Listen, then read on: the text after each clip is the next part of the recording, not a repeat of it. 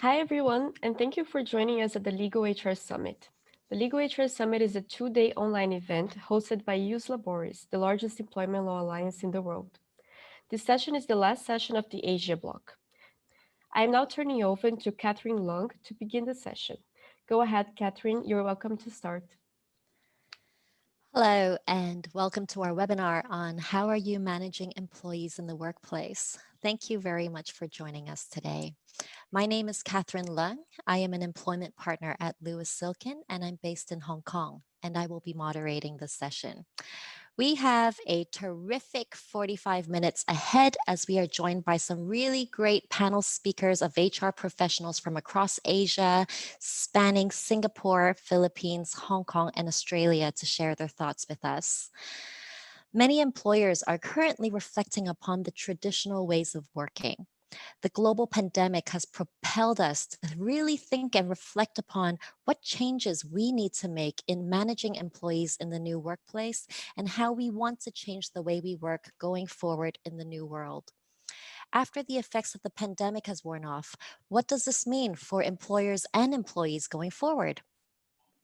In this panel discussion, we will be diving into how the pandemic has affected each jurisdiction and the different ways that employers in those places have adapted to work from home.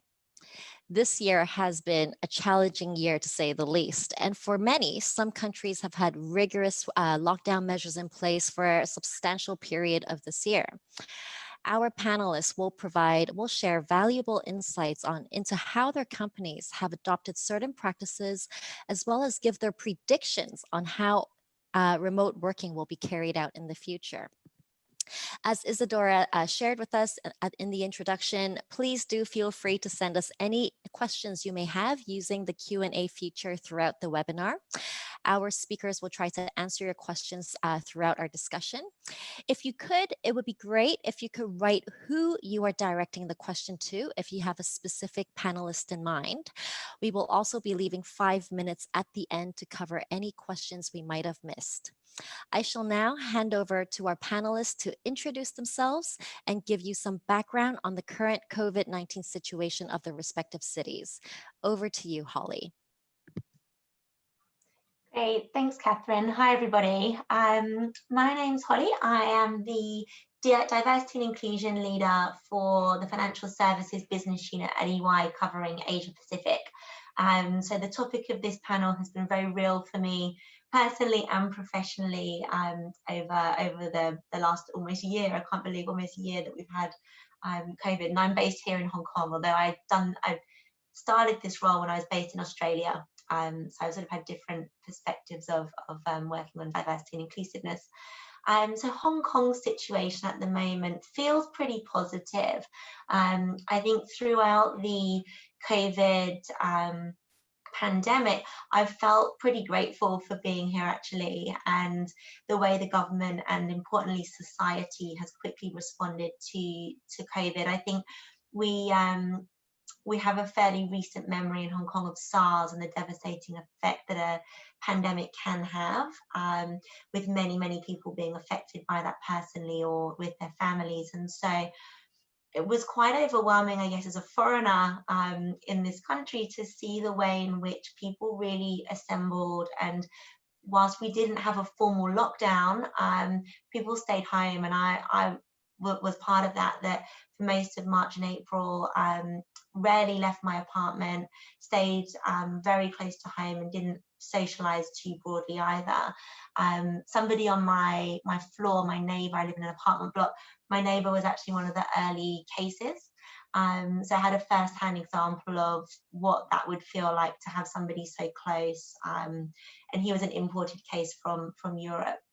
So current situation, schools are pretty much back to normal. Some schools are only back in the morning, but I think the schooling and working from home and homeschooling was probably one of the biggest disruptions that our people faced in Hong Kong.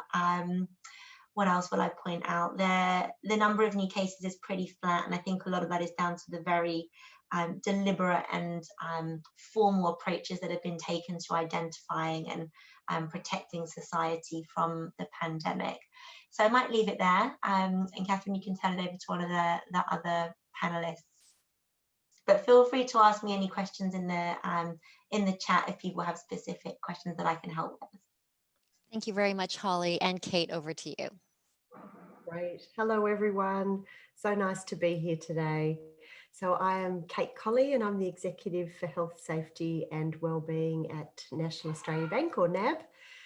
We have approximately 35,000 colleagues across our Australia and international branches, and a further 5,000 in New Zealand as part of our Bank of New Zealand brand. And I'm based in Melbourne in Australia. And I've had the absolute pleasure actually of being part of our lead response to COVID over the last, gosh, it must be about 8 months now, and what an interesting time it has been. So in Victoria, in Australia, where I'm based, we're just coming out of our second wave and a second lockdown. So at the height of this wave, Melbourne was recording about 700 cases a day. And at that point, we went into a very hard lockdown, which was implemented back in July. And that included things such as curfews from 8 p.m. to 5 a.m. each day, closures of all non-essential workplaces, including retail and hospitality, closure of kindergartens and schools and universities, and all of schools and unis moving to online or remote learning. We also had stay-at-home work orders in place, and sort of even down to limited periods of time that we could zip outside for a quick jog or walk, and having radius borders put in place, so closures of city, state and federal borders, and no people allowed in our home. So it was quite a tight lockdown for quite a long period in Melbourne. And as a bank, our retail operations stayed predominantly open through that period because they were deemed an essential service. But 80% of our colleagues moved to working from home in about March, and that has continued for most of those people throughout that period. But as you can see from some of those stats there, I know there's quite a bit on the screen. We're now in a brilliant position in Australia, and I feel incredibly blessed as to where we are now. We are on our 5th day of 0 cases in Victoria, and that's the first time we've seen something like that since way back in April. And we're now coming out of lockdown, which is fantastic. Restrictions are lifting, and most importantly, my children are back at school, which is fantastic. As Holly said, boy, the remote learning was a fun period for us all. But we still have about 80% of our colleagues working from home across Australia, and some are starting to slowly return in other states, but not yet in Victoria. Thanks, Catherine. Great. Thanks, Katie. Thanks, Kate. And over to you, LA. Hello, everyone. Good afternoon. So I'm LA. I'm the Global Design People Director of Arcadis, Global Excellence Center and the Global Shared Services Center. So I'm based in Manila, in the Philippines. So in the slide, you can see the stats that we have as of November 2. The cases have increased, though not as much as previously. We continue to be in a form of community quarantine. We've had ECQ, MECQ, all the Qs already, like modified community quarantines. Well, unlike Kate, all schools in the Philippines are still online. So if you happen to hear boy's voice, it's because my son is still here. So still juggling, helping him with school and at the same time working. There are still like some form of restrictions in public places, like in the malls, of course, like, we're required to wear masks and a face shield, which can be quite difficult. When I do errands and buy the groceries, that can be quite challenging. Our company, for example, in the Philippines, all of us have continued to work from home. So when the first lockdown was announced March 17, all of us really mobilized everyone, and we continue to work from home. And we were glad we were proven wrong that we can actually work from home, because for design and consultancy, most of us are actually using desktops. So just imagine the logistics of packing all the desktops, like 2 monitors, a big CPU. We had to do that. And actually some of our employees, because we have announced that at least in our Philippine office will most likely return like early part of next year, they have actually moved out of Metro Manila because the cases in Metro Manila continue to rise, and they have gone home to their provinces. And we continue to be in touch with them, but we don't see returning to the office anytime soon. This year. And like I said, we've announced that it would be early part of next year, but even then it would still be in a form of social distancing. So some companies have allowed their employees to go back, but because of the company values that we have, which is people first and the importance that we put on health and safety, we have decided to still allow people to work from home. Mm. Great. Thank you, LA. And over to you, Mayank. Hello, everyone. Good afternoon. I'm Mayank Parekh. I'm the CEO of the Institute for HR Professionals. We are a professional HR organization here in Singapore, and we do the certification for HR professionals at various levels, as well as the professional development programs. Equally, we also have support to companies in terms of their HR practices. So currently we have about 3,000 over professionals in our registers, and we are looking to help grow that number over time to encompass the bulk of the HR professionals, not just in Singapore, but in the region as well. As far as the COVID situation in Singapore is concerned, um, we had our first case of COVID as early as January 23rd.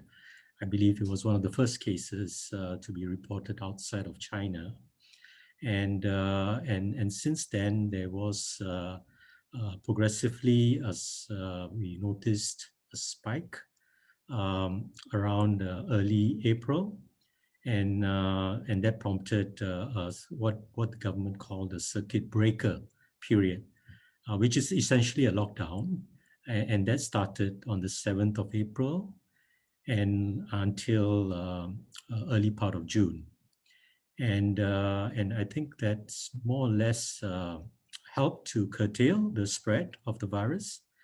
And since then, since early June, we have progressively reopened many sectors. Our COVID numbers have also progressively fallen. So currently, in terms of the community spread, we only have in single digits at any one time. Many days, it's just it's no cases. So the bulk of the COVID cases reported these days are mainly imported from overseas. So on travels, we have the usual restrictions that you see for many countries. Notably, we have some relaxation for travelers coming from places like Brunei and New Zealand. We have a special air travel pass arrangement for these countries that have very, very low cases of COVID. We also have some special travel arrangements with countries like China and Malaysia, where we have a fairly significant number of work-related travel in these two markets. There is some plans to open up travel bubbles, where we would allow not just business travelers, but tourists as well into Singapore. So those plans are in the works. As far as schools are concerned, all schools have been back at school as early as early June, certainly with safe distancing measures in place. And that's certainly the case for the rest of the community as well. So masks are mandated in public places, and with safe distancing. Large groups are not allowed, maximum groups of 5. The next anticipation for us is with the low numbers of community spread, we are anticipating what we call further relaxation at phase 3. And that hopefully will bring about more economic activity, more relief for many businesses out there. We are looking at allowing even events up to about 50 people. I think a lot of that is predicated upon putting in some measures. And one of the main measures is around what we call trace together, which is our contact tracing management tool. So it can be downloaded on mobile phones, on smartphones, and as well as you can carry a device which the government issues to help help identify groups that have been exposed to the virus. So we are progressively encouraging the population to carry those devices, and the hope is that as long as cases remain low, by the early part of December, we should be moving into phase 3 with further relaxation. So that's the situation for Singapore. Over to Thanks, you, back to you. Mayank. Thank you. That sounds very promising for Singapore. Just to shake things up a little bit, I thought it's time for some polling questions. Unfortunately, these questions are nowhere near as exciting as the US elections, but hopefully it will still be interesting for you. Can we pull up the first question, please? So the first question is, compared to pre-COVID, how do you feel the intensity of communication between your colleagues and our team has changed? Has there been more frequent communication, same amount, or less? So please, could you click your responses?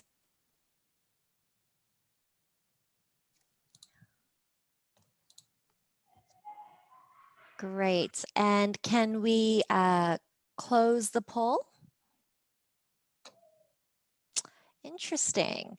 So perhaps Mayank and LA could share your thoughts on the results, and also let us know what your thoughts are on the first question, which is what your company has done to ensure that employees are all communicating effectively with each other. Over to you. Okay.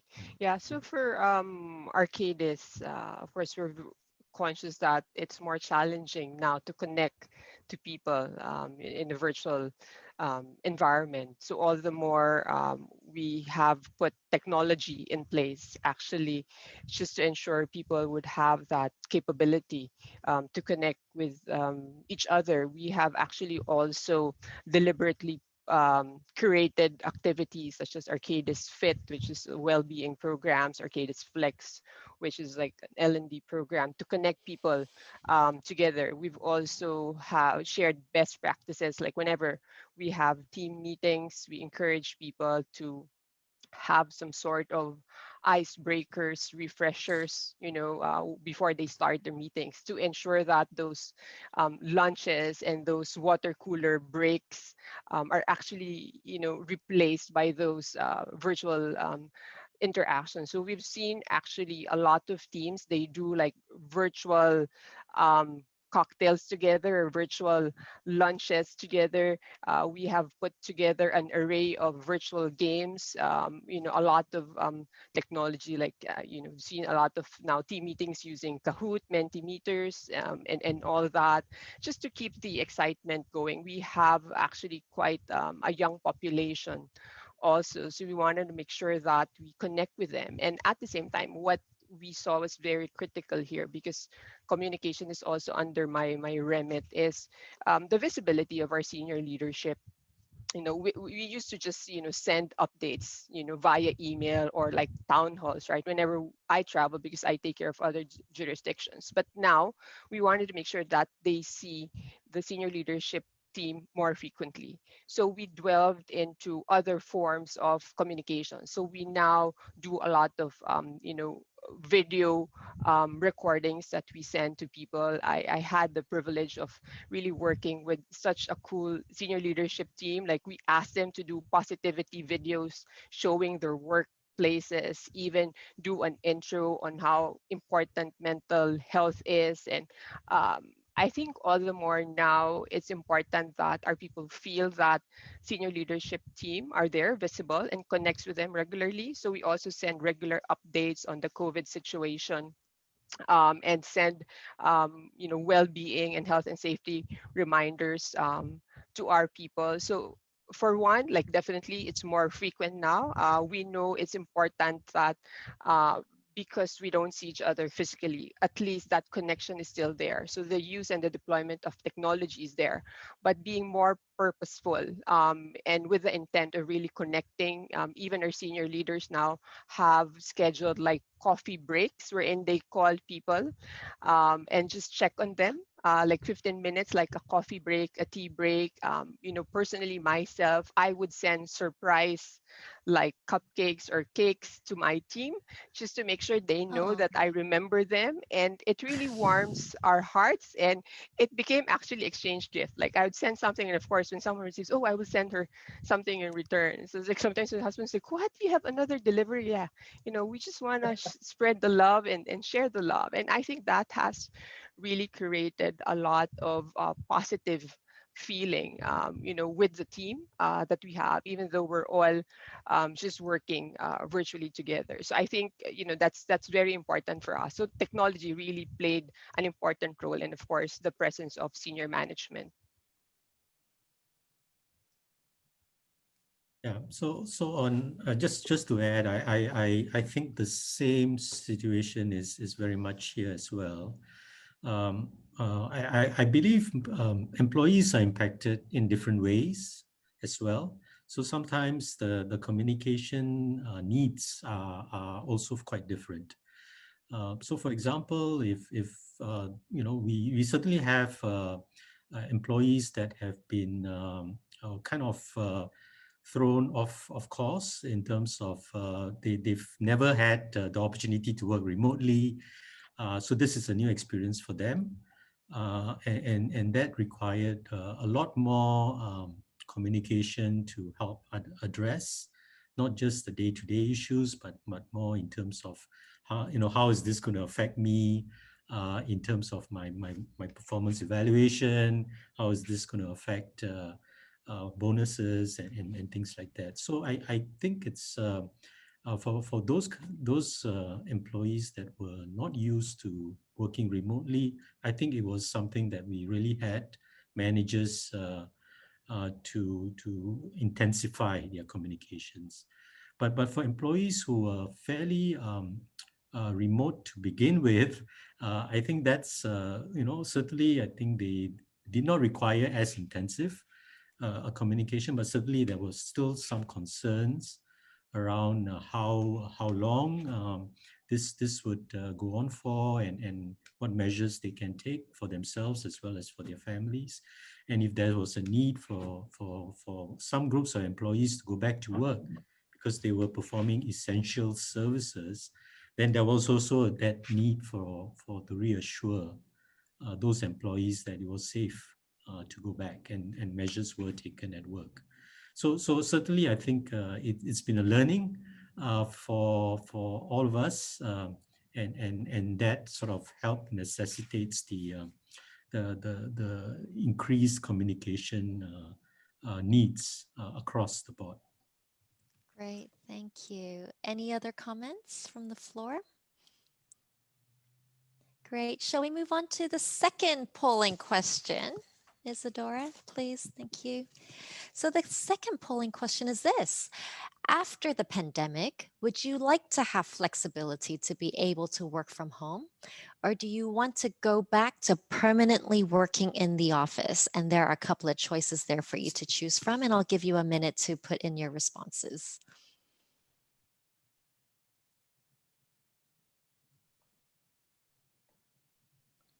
Shall we see the responses?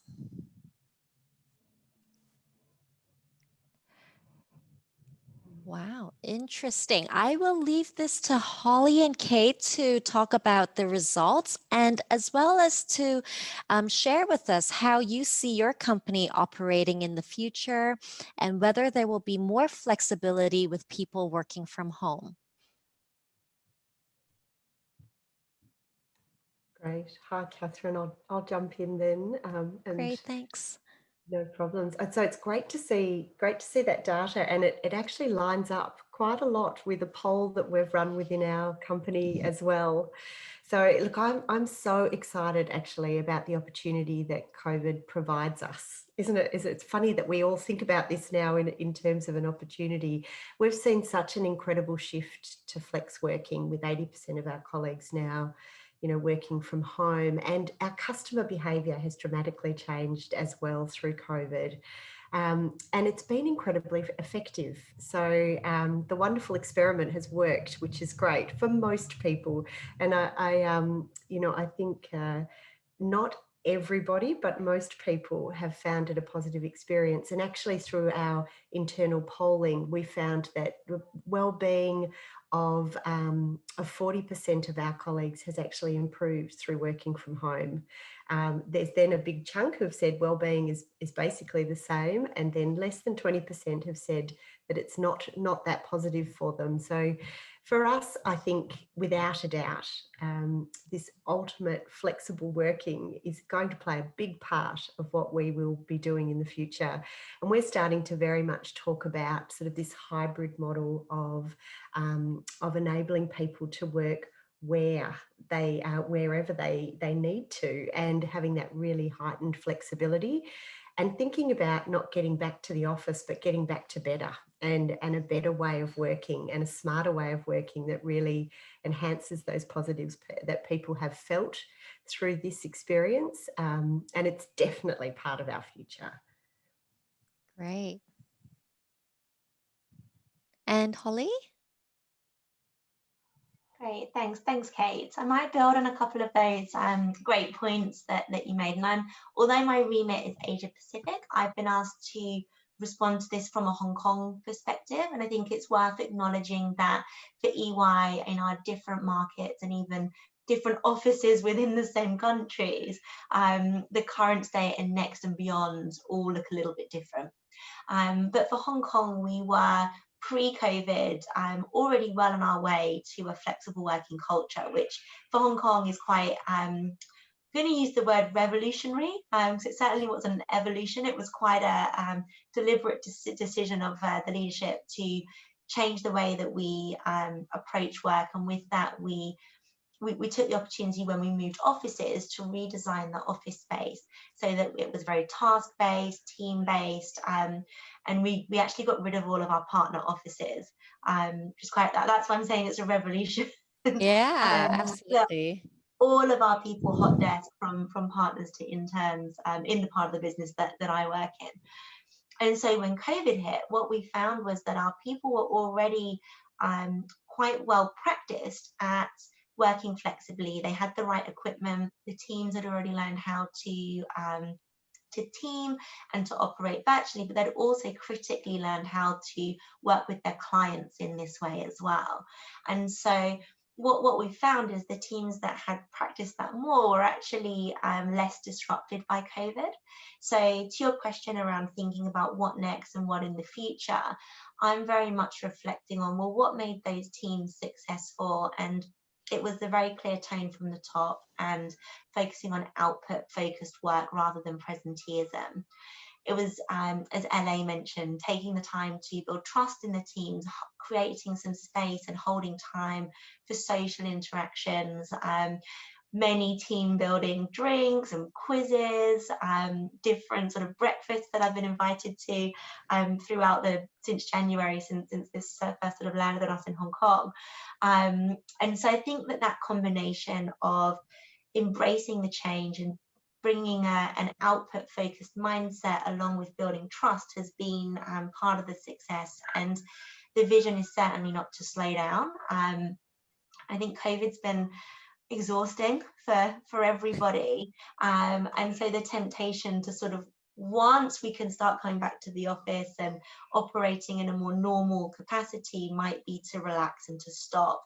And I think what I would really encourage people to do is to dig deep, find the energy, and to Kate's point, seize the opportunity to create the new normal. I don't think we're there yet. I think we're still in this crisis situation, which isn't, if we think about it from a change management perspective, probably not the ideal situation to start cementing new behaviors, but it can certainly be a catalyst for how we manage our teams, reward people, look at leadership skills now and into the future.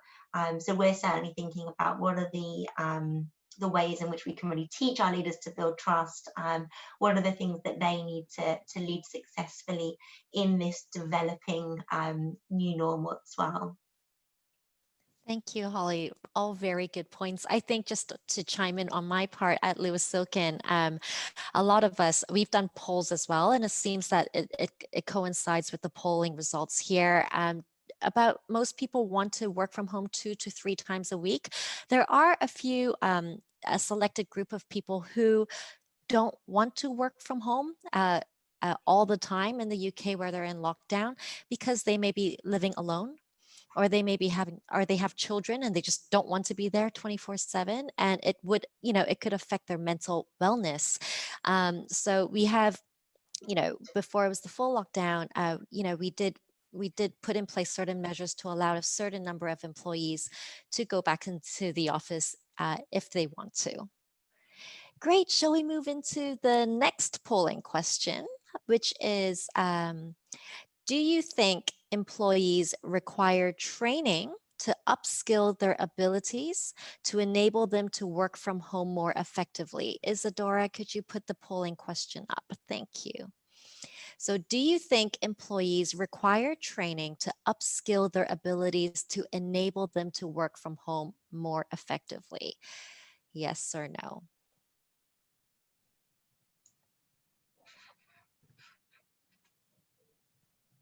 Great, let's see the polling results. Yes, most people think that employees require training to upskill their abilities to enable them to work from home more effectively. Who's this? It's Mayank and LA to provide their observations, perhaps as to what sort of upskill training would be useful. And your question is, which workforce competencies do you feel have become more critical as a result of COVID-19, and what HR professionals like yourself should look for when trying to tackle these selected workforce challenges? Perhaps over to you first, Mayank. Thank you, Catherine. I think certainly, I think it is not something that a lot of us are used to. Certainly not given the duration that this has taken place. It does require a new way of communicating online. It does require us to be more mindful of the kind of separation between work life and personal life, if you like. So there is some awareness. Certainly, there is some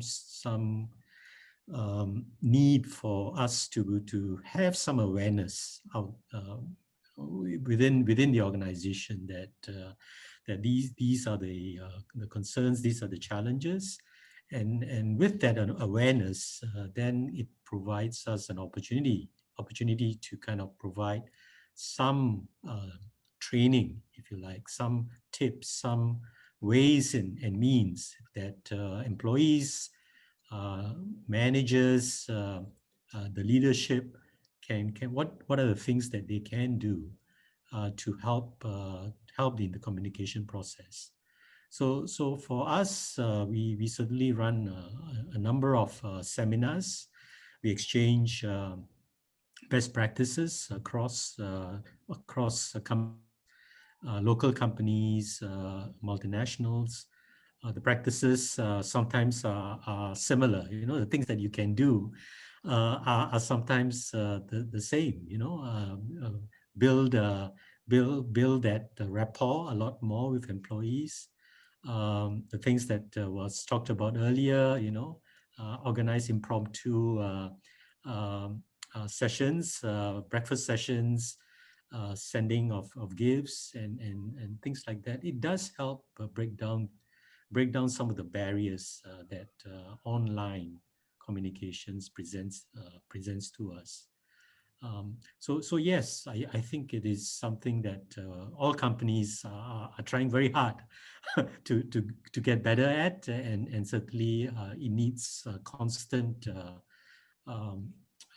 reminding, if you like, a constant way to kind of help employees to keep the momentum levels up, engagement levels up.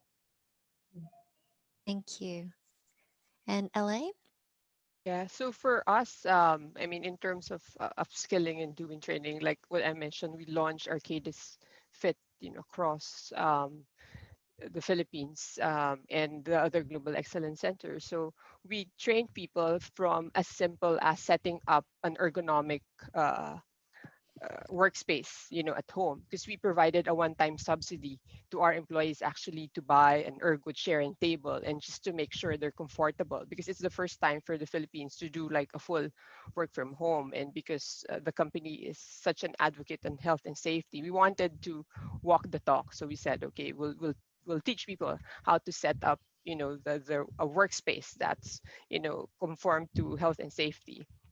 And then we had, awareness on mental well-being, mental health, and at the same time we had several training on resilience, which I personally run as well, because I think with such a prolonged lockdown, we've seen a lot of people really struggle, like what was mentioned, like people who are living alone or would have other challenges like caring for an aging parent or a partner. It can be quite overwhelming. So we did a lot of trainings on resilience as well, stress management, and we see that in the future, definitely.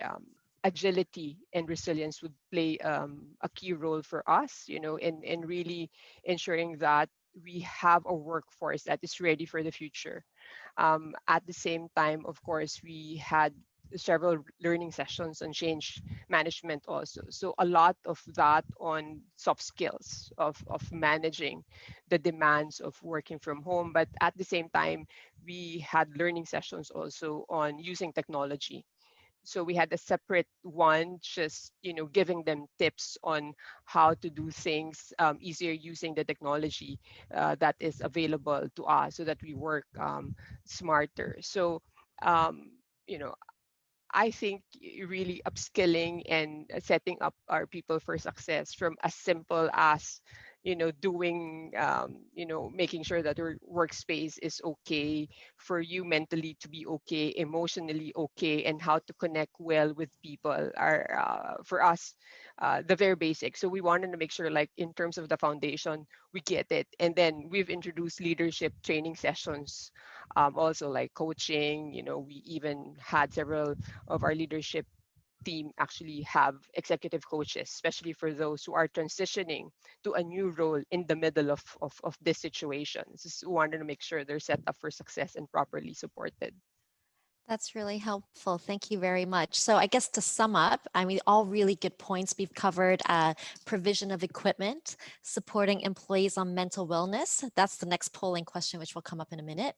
Yeah, and I guess also communicating effectively with your employees to ensure that they are also doing the work efficiently and effectively, as well as, employees knowing how to use technology.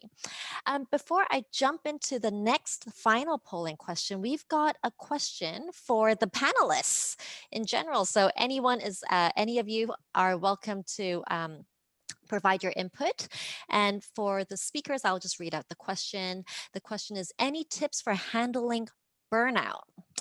I feel like our company has done adding virtual drinks, games, etc. But I really feel like a lot are just tired and just want to do their job and not do more.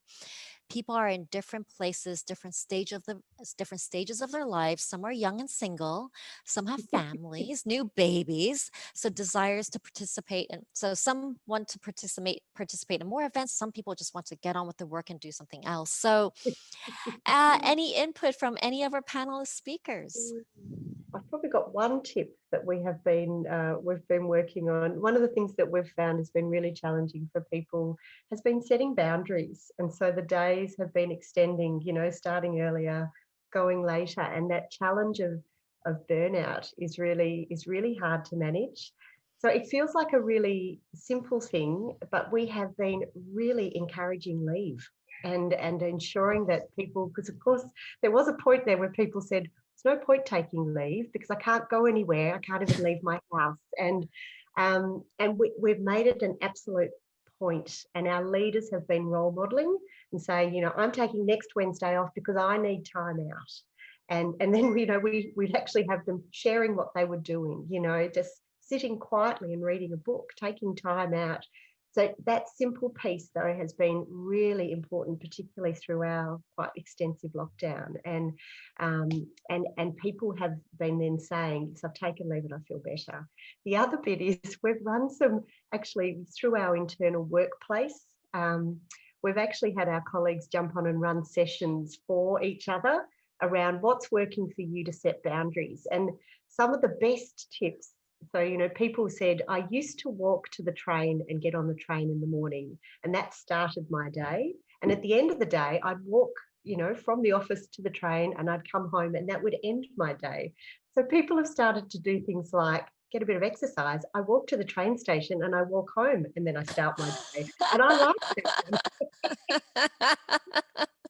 But it's that sort of piece. It's like getting your rhythm and setting your boundaries and putting in place the things that work for you. Great. Thanks, Kate. Great. Well, let's move on to our final polling question. We have 4 minutes left before the end of this session. So can I have the polling question? Thank you. The question is, has your company implemented any measures in relation to mental well-being? For example, scheduling regular calls with your line manager to discuss how you are dealing with the current situation. I shall leave this to Holly and Kate. Oh, sorry. Could you please put in your polling responses, yes or no, for a second? Okay, let's see the polling results. Ooh, interesting. Over to Kate and Holly. Shall I kick off this time?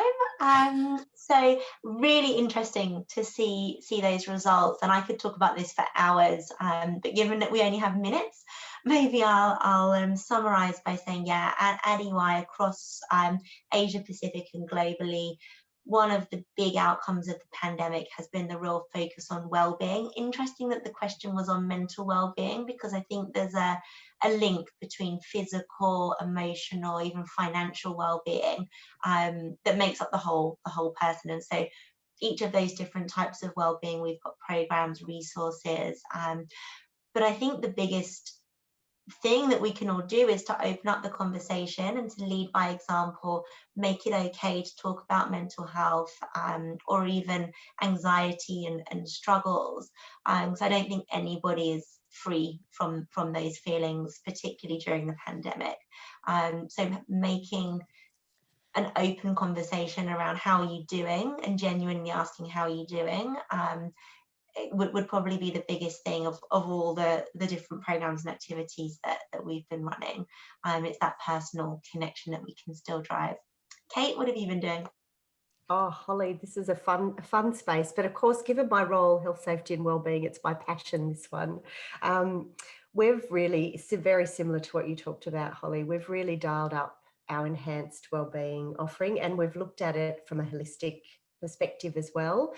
So we've offered an array of webinars and toolkits, and we've brought experts in to talk on a whole heap of things. And we very much took a position that every individual situation is slightly different. So as we've sort of talked through, and I think Mayak talked earlier about, some people were working in isolation for extended periods of time. Others were juggling, homeschooling and, looking after elderly care for parents who maybe moved in for a period. Some people, were actually struggling because their partner had lost their job and there was a financial challenge in the household. So there was just so much going on for individuals. We felt that we needed to provide a really big array of things. And so we offered lots of on-demand support for colleagues to be able to tap into webinars and experts and toolkits. And it was everything from how to talk to a teenager about coronavirus and how they're feeling. We ran family sessions in the evenings that people could dive into, support for people who are isolated. We had online yoga, meditation and Pilates. We had a lot of these were run by our colleagues, so who stepped up to run and kind of take over into these spaces, which was great. Healthy cooking classes was surprisingly one of the most taken up of all of our areas. But we ran a lot of campaigns as well. We ran a random acts of kindness campaign through the company that really took off and really helped people think about their colleagues as people who were going through, quite a challenging situation. We ran a formal Are You OK Day, and a number of those type of elements to really dial that up. For our people leaders, we were very mindful that the leader role it's always been incredibly important, but it became even more important, and the role of that person in staying connected. So we did a lot to try and support people leaders to put on their own oxygen mask first, so self-care for the individual, and then giving them a lot of tips around self-care for their people. And importantly, we got a lot of expert support. So we have an EAP that we've always had in place, but we really dialed up that offering. It's available to colleagues, to their families. We extended it out really to anybody that they wanted to extend it to their, dear loved ones. We even extended it to our customer base as well. Wow. Because we wanted our bankers to be able to say, if they saw someone in trouble or that they were worried about from a mental health perspective, we wanted them to have a toolkit and be able to say, I can find support for you. So we really dialed it up, and I think it's pretty much worked. What we now need to figure out is, as we extend working from home to be part of the normal, how do we make this just really part of our value proposition and what we're always offering people. Great. Thank you very much, Kate. And I think this is the end of our 45-minute session. I'd like to thank all of our panelist speakers this afternoon. Thank you very much. And over to you, Isadora. Thank you, Catherine. We have now reached the end of the session, but the Legal HR Summit is not over yet, as we're going to continue with other regional sessions for Europe and the Americas. On your screens, you can see the titles of the next sessions. Finally, I would like to thank everyone for attending the session, and thanks also for our panelists for their very important insight. So with that, this session will now be ending, and I hope to see you on the next one. Bye-bye. Thank you. Thanks, everyone. Thanks, everyone.